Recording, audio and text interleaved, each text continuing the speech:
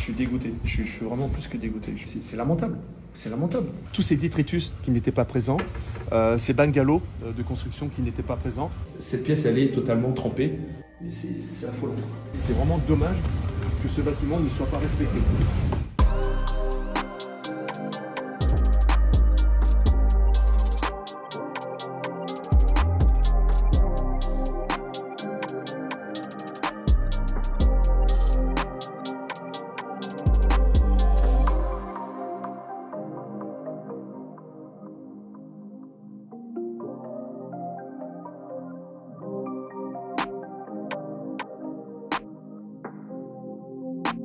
Pour moi, ce n'est pas un vulgaire morceau de béton posé ici, c'est un morceau d'histoire. La porte, c'est vraiment une porte d'un bunker d'un hôpital. Ces bunkers et ces maisons qui étaient destinées à se protéger contre ces attaques au gaz. Dans le travail du devoir de mémoire, il est important de reconnaître aussi l'utilité de ce bunker.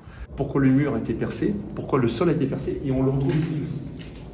Pourquoi ce bâtiment devrait-il être sauvegardé ou protégé? Pour la simple et bonne raison, des gens y ont vécu, y ont travaillé. On a une seconde plaque ici.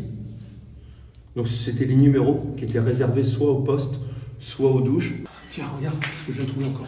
C'est ça. Mais c'est vraiment triste de se rendre compte qu'on a des éléments du patrimoine qui sont exceptionnels et qui pourraient, en 1 heure de temps, être pillés, saccagés, vandalisés. On le retrouve dans les livres d'histoire, mais on le retrouve ici aussi en concret, en 3D. Et pourquoi j'y suis venu? Pour tirer une sonnette d'alarme. Je suis dégoûté. Un dégoût total.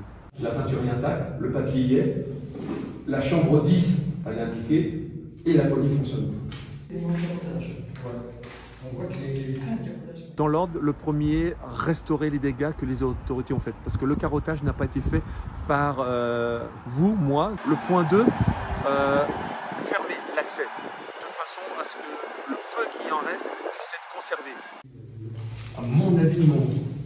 Mais une fois de plus, on est des paysans.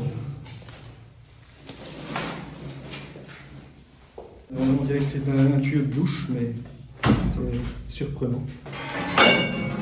Voilà. On a la tête du lit. On a clairement la tête du lit qui se trouve ici. Voilà. Voilà. On retrouve ici le H hôpital. En 3, donner l'accès à une SBL sur le thème de la Seconde Guerre mondiale. Une SBL qui s'y connaît, des gens qui ont la prétention de vouloir le conserver dans le temps pour en faire une capsule temporelle. On voit vraiment ici les éléments préservés avec la façon de faire fonctionner les machines. Ça n'est même pas en néerlandais, c'est en allemand.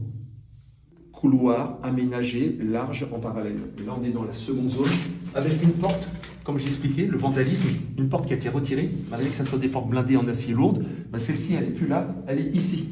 L'exemple concret de la poignée, voilà, qui est là. C'est celle-ci. Qu'est-ce qui a déjà été enlevé, retiré, parce que quelqu'un trouvait que c'était sympa de garder ça dans son salon? Là encore tous les compteurs disponibles ici avec les poignées. Et quand je vois ça, je trouve ça affolant. Il est important aujourd'hui que ce bunker non seulement soit plus accessible, mais soit entretenu. Le pillage, malheureusement, il y avait beaucoup plus avant. Car les 3 grosses pièces, le poste téléphonique, les pièces électriques et les compteurs ici et le panneau, toutes ces pièces se trouvent à la sortie, prêtes à être évacuées. Ça veut dire concrètement qu'un véhicule est déjà parti plein. Et tout le monde s'en fout et tout le monde trouve ça normal, quoi.